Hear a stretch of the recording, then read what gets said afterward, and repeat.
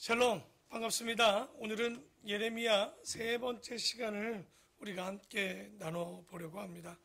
어제 8장까지의 이야기는 이제 남유다는 하나님 예레미야의 이야기를 듣고도 돌아오는 것이 아니라 오히려 돌아오지 않고 깨닫지 않고 끝내는 멸망의 길로 갈 수밖에 없는 이야기들이 계속 되어지고 있습니다. 이제 9장에 보면 저도 목회를 하다 보면 그런 생각이 듭니다. 제가 목회를 지금 이제 9년, 이제 10년을 이렇게 바라보면서 생각해 보는 것은 제가 대화 설교를 하고 에스라 성경 강좌를 하고 그렇게 4, 5년쯤 지날 때 조금 뭔가 마음 가운데 무기력함이 조금 왔어요. 그 왜 그러냐? 다른 게 아니라 적어도 이렇게 말씀을 가르치고 에스라 성경 강좌를 하면 조금은 변할 거라고 생각을 했어요. 아마도 제 기대치가 컸기 때문에 그 기대치에 닿지 않았기에 스스로 실망했을 거라고 생각이 드는데 지금은 그렇지 않지만 아마도 예레미야도 동일했다라고 봅니다. 이스라엘 백성들에게 이 예언의 말씀을 전하고 돌아오라고 말하고 깨달으라고 말했지만 문제는 그들이 돌아오지 않는 거예요. 그러니 9장 1절에 예레미야의 마음은 이랬습니다. 어찌하면 내 머리는 물이 되고 내 눈은 눈물 근원이 됐고 죽임을 당한 딸 내 백성을 위하여 취하로 올리로다. 분명히 우리의 눈은 보는 데 쓰는 것이고 아마도 우리의 머리는 지혜와 지식이 있어야 되는데 예레미야는 이 눈을 어떻게 쓰고 싶다는 겁니까? 울고 싶다는 겁니다. 그래서 우리가 예레미야면 그에 대한 수식어가 하나 붙죠. 눈물의 선지자 예레미야라고 얘기합니다. 그처럼 왜 눈물의 선지자라고 얘기했을까?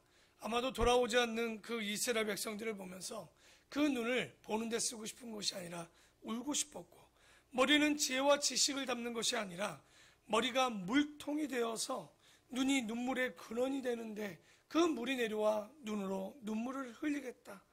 그러니까 눈물 흘리는 데밖에 쓸 것이 없더라고. 곧 좌우로 살펴봐도 소망은 1도 바라볼 수 없는 거예요. 끝없이 죽어져 사라져가는 죽음의 여기 뒤에 나오지 않습니까? 죽임을 당한 딸 내 백성을 위하여 주야로 내가 그들을 위하여 울 수밖에 없구나. 내가 광야에서 나그네가 머무를 곳을 얻는다면 내 백성을 떠나 가리니 그들은 다 간음하는 자요 반역한 자의 무리가 됨이로다. 사람이 가장 힘들 때 제일 먼저 하고 싶은 게 뭔지 압니까? 도망가고 싶은 거예요. 지금 예레미야는 뭐냐면 이 죄악과 부패와 타락 가운데 있고 반역이 너무 만연한 이 사람들을 볼 때 예레미야는 그들과 사람 사는 곳에 함께하고 싶은 마음이 추호도 없다는 거예요. 그냥 다 버리고 광야로 가고 싶다. 피하고 싶다. 여러분 엘리야도 보면 예전에 어떻게 합니까? 아합과 그들의 어려움 속에서 이세벨의 죽임을 당할 것 같은 두려움 속에 사람은 두려우면 피하고 싶은 거예요.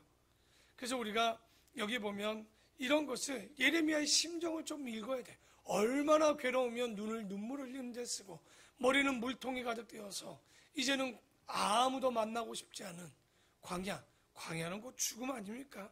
그런데 그곳에 가서 있을 정도로 나는 지금 너무나도 괴롭다는 거예요. 그래서 6절에 보면 네가 사는 곳이 속이는 일 가운데 있도다. 그들은 속이는 일로 말미암아 나를 알기를 싫어하느니라. 여호와의 말씀이니라. 이게 예레미야의 심정이고 누구의 심정입니까? 하나님의 심정입니다. 하나님은요 인간이 죄를 지면 그들과 함께하고 싶은 마음이 추호도 없는 거예요. 그들을 떠나고 싶다는 거예요. 하나님도 떠나고 싶은 거죠. 예레미야만 떠나고 싶은 것이 아니라 지금 하나님의 심정도 동일하게 떠나고 싶은데 12절에 지혜가 있어서 이 일을 깨달을 자가 누구며 여호와의 입의 말씀을 받아서 선포할 자가 누구인고 이 땅이 어찌하여 멸망하여 광야같이 불타서 지나가는 자가 없게 되었느냐. 그래서 여기 보면 예레미야의 탄식, 곧 아까 좀 전에 얘기했지만 예레미야의 탄식은 하나님의 탄식이고 하나님의 탄식은 지금 예레미야의 탄식인 거예요. 근데 그 탄식이 뭡니까? 이 세대가 지식이 없다는 거예요. 호세아 6장에도 보면 뭐라고 합니까? 내 백성이 지식이 없어 망한다는 거예요. 그러면 그때만 그러겠습니까? 지금도 보면 사람들에게 지식 많죠. 하지만 문제는 여호와를 아는 지식이 없는 것이 이 시대도 호세아 때도 예레미야 때도 하나님을 아는 지식이 없다는 거예요. 그래서 하나님이 어떤 분입니까? 10장에 그래서 하나님에 대해서 얘기합니다. 10절에 보면 오직 여호와는 참 하나님이시요 살아계신 하나님이시요 영원한 왕이시라. 그 진노하심에 땅이 진동하며 그 분노하심을 이방이 능히 당하지 못하느니라. 분명히 얘기하는 건 우리가 여호와를 아는 지식이 없는데 10장에는 이 하나님이 어떤 하나님이냐? 바로 신실하신 하나님이다. 그러니까 바벨론의 위협에 이 1절부터 9절까지 보지 않았지만 이스라엘 백성들은 우상을 섬기고 우상을 만들었다는 거예요. 왜? 자기들을 구원해 달라고. 그러나 하나님만이 예레미야는 뭐라고 얘기하냐? 신실한 신분이요 우리를 구원할 자라고 얘기하는 거예요. 11절 우리 다 같이 한번 오늘 온라인으로 예배드리는 우리 또 함께하는 우리 모든 성도들이 함께 합독하며 우리 이 말씀을 한번 읽어보겠습니다. 11절입니다. 시작. 너희는 이같이 그들에게 이르기를 천지를 짓지 아니한 신들은 땅 위에서 이 하늘 아래에서 뭐 한다고요? 망한다는 거예요. 그러니까 천지를 짓지 아니하신 신들은 이 땅에서 망하리라. 여러분 예레미야의 진리가 굉장히 단순하죠. 그런데 이렇게 신약에 가면 동일하게 단순하게 얘기하는 사람이 한 분 계십니다. 바울입니다. 바울이 에베소 교회에 던졌던 말씀이 뭡니까? 사람의 손으로 만든 것은 신이 아니다라고 얘기했죠. 오늘 예레미야는 뭐라고 얘기합니까? 천지를 짓지 아니하신 신들의 땅, 아니한 신들은 땅 위에 이 하늘 아래서 결론은 뭐 하는 거예요? 망하겠다라는 거예요. 다른 말이 없는 거예요. 단순한 거예요. 그러니까 여러분 우리가 어디 가서 누가 묻든지 우리가 믿는 하나님은 어떤 하나님입니까? 사도신경을 통해서 신앙 고백하는 창조주의 하나님이요 우리를 구원하신 하나님이요 우리를 믿지 않는 자들을 심판하신 하나님이에요. 이게 어떻고 성경의 내용이 어떻고 여러분 이런 것도 중요하지만 제일 중요한 건 진리는 단순합니다. 우리가 믿는 하나님은 창조주 하나님이고 그 아들 예수 그리스도는 우리를 구원할 자, 우리의 죄를 씻을 자이시고 성령님은 그것을 우리를 깨닫게 하시고 권면하시고 위로하실 분이라는 것. 이 삼위가 한 분이라는 사실을 믿고 우리가 예수 그리스도의 십자가만 믿는다면 여러분 이미 우리는 구원을 받은 것이요 또 주님 안에 있다라는 사실을 잊지 마십시오. 오늘 예레미야도 다른 얘기를 한 게 아니에요. 그저 창조주 하나님이 아니면 그 외에 다른 신들은 뭐라는 거예요? 망한다는 거예요. 그런데 문제는 뭐냐? 왜 안 망할까요? 사람이 똑똑하면 우상이 없어야 되는데 이 사람들이 미련하니 우상을 좋아하고 섬기니 이 말씀대로라면 망해야 되는데 망하지를 않고 있는 거예요. 누가 찾고 있기에? 우리가 이 우상을 따르고 찾고 있기 때문에 그런 것 아니겠습니까? 그래서 17절에 보면 그냥 둘 수 없는 거죠. 이렇게 미련한 백성들을 에워싸인 가운데 앉은 자여 너 짐꾸러미를 이 땅에서 꾸리라. 그러니까 유대 백성들에게 예레미야가 얘기하는 거예요. 짐 싸라고. 곧 이 얘기는 뭘 얘기하는 거예요?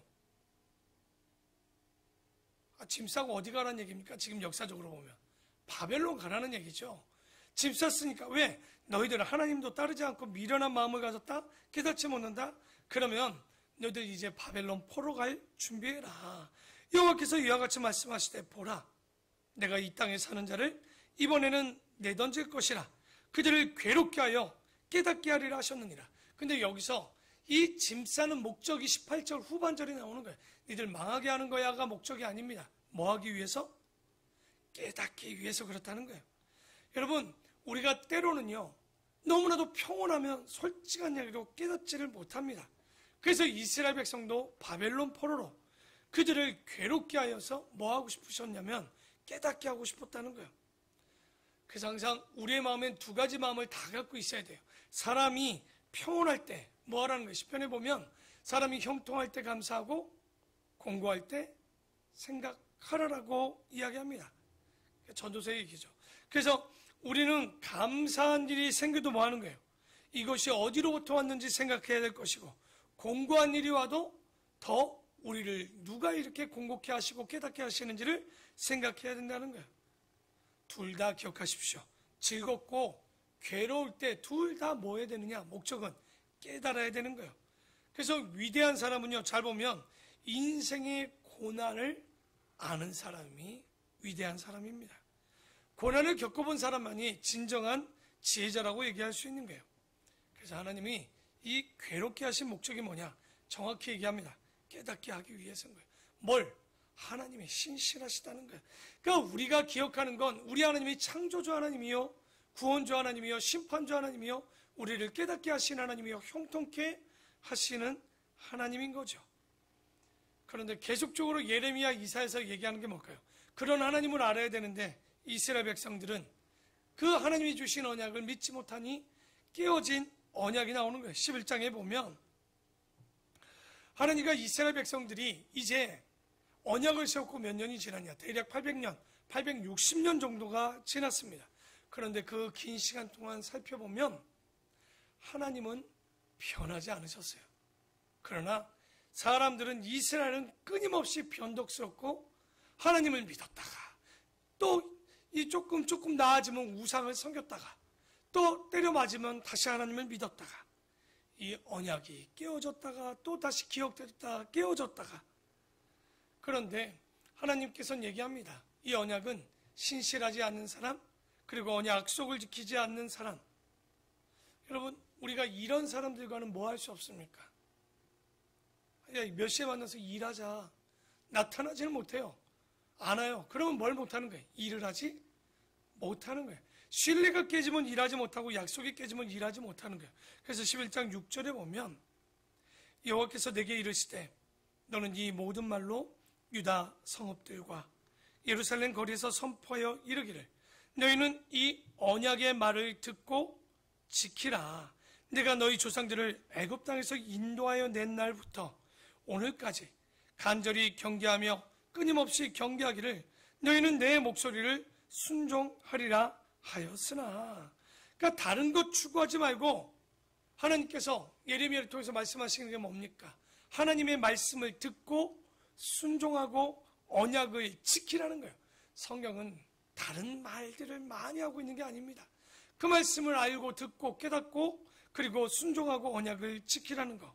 그래서 그렇게 되면 복을 주겠지만 그들이 순종하지 아니하며 귀를 기울이지도 아니하고 각각 그 악한 마음에 완악한 대로 행하였으므로 내가 그들에게 행하라 명령하였어도 그들이 행하지 아니한 이 언약의 모든 규정대로 그들에게 이루게 하였느니라 하라. 그러니까 언약의 말 끝으로 이게 너희들이 이 언약을 지키고 듣고 순종하고 지키라고 했지만 그런데 끝에 뭐라고 하는 거예요? 만약 지키지 않으면 뭐 하시겠다는 겁니까? 8절 끝에는 저주하시겠다는 거예요. 여러분, 신명기 28장 1절부터 15절은 너희들이 언약을 지키면 복을 주겠지만 16절부터 68절까지는 무슨 내용입니까? 지키지 아니하면 저주하겠다는 거예요. 그런데 지금 예레미야를 통해서 뭐 하시는 겁니까? 그 신명기의 말씀처럼 너희들이 언약을 지키지 않으면 다 저주하시겠다는 거예요. 여러분, 어떤 저주였습니까? 레위기에도 나오지만 부녀자들이 자기 다리 사이에서 나온 아이들을 서로 제비 뽑아 먹게 되는 일이 벌어진다고 했고 실제 어떻게 됐습니까? 그 일이 그대로 이루어졌다는 거예요. 그러니까 우리가 얼마나 이 언약을 지키고 안 지키고 뭐 지킬 수 있지 안 지켜도 되지의 문제가 아니라 분명히 지키지 않으면 저주입니다. 우리가 하나님을 믿는다면 지켜내야 되는 거예요. 그래서 14절에 보면 그러므로 너는 이 백성을 위하여 기도하지 말라. 그들을 위하여 부르짖거나 구하지 말라. 그들이 그 고난으로 말미암아 내게 부르짖을 때 내가 그들에게서 듣지 아니하겠다는 거예요. 그러니까 지금 언약 깨진 백성들이 와서 기도해봐야 그 기도가 응답되지를 않는 거예요. 아무리 주여 삼창 백창을 해도요 언약이 깨진 백성들의 기도는 듣지 아니하십니다. 언약을 지키지도 않고 기도하고 들어주길 바란다? 그게 미신인 거예요. 여러분의 기도가 왜 응답이 되지 않는가? 잘 뒤돌아보십시오. 고함 소리에 밀리는 하나님이 아니신 거예요. 그래서 우리가 기도가 막히는 이유는요, 내가 언약을 지키고 있는가? 그 언약을 지키지도 읽지도 않고 순종하지도 않는데 부르짖기만 한다면 그 언약은 응답될 수 없는 거예요. 그래서 우리가 하나님 앞에 제일 먼저 해야 되는 일은 바로 하나님의 언약을 지키고, 그러니까 그 언약을 온전히 다 지키지 못해도 최선을 다합니다. 그래서 하나님께서 기뻐하시고 선하시고 온전한 뜻이 무엇인지를 깨달아서, 그리고 그 아는 것을 깨닫고 끝나는 것이 아니라 최선을 다해서 실천하면 하나님께서는 우리에게 뭐 주시기를 원하는 거예요? 복 주시기에 안달난 분인 거예요. 그런데 그 언약을 지키지 않는 거죠. 그런데 엉뚱하게 12장에 보면요, 엉뚱하기보다는 예레미야도 그랬겠죠.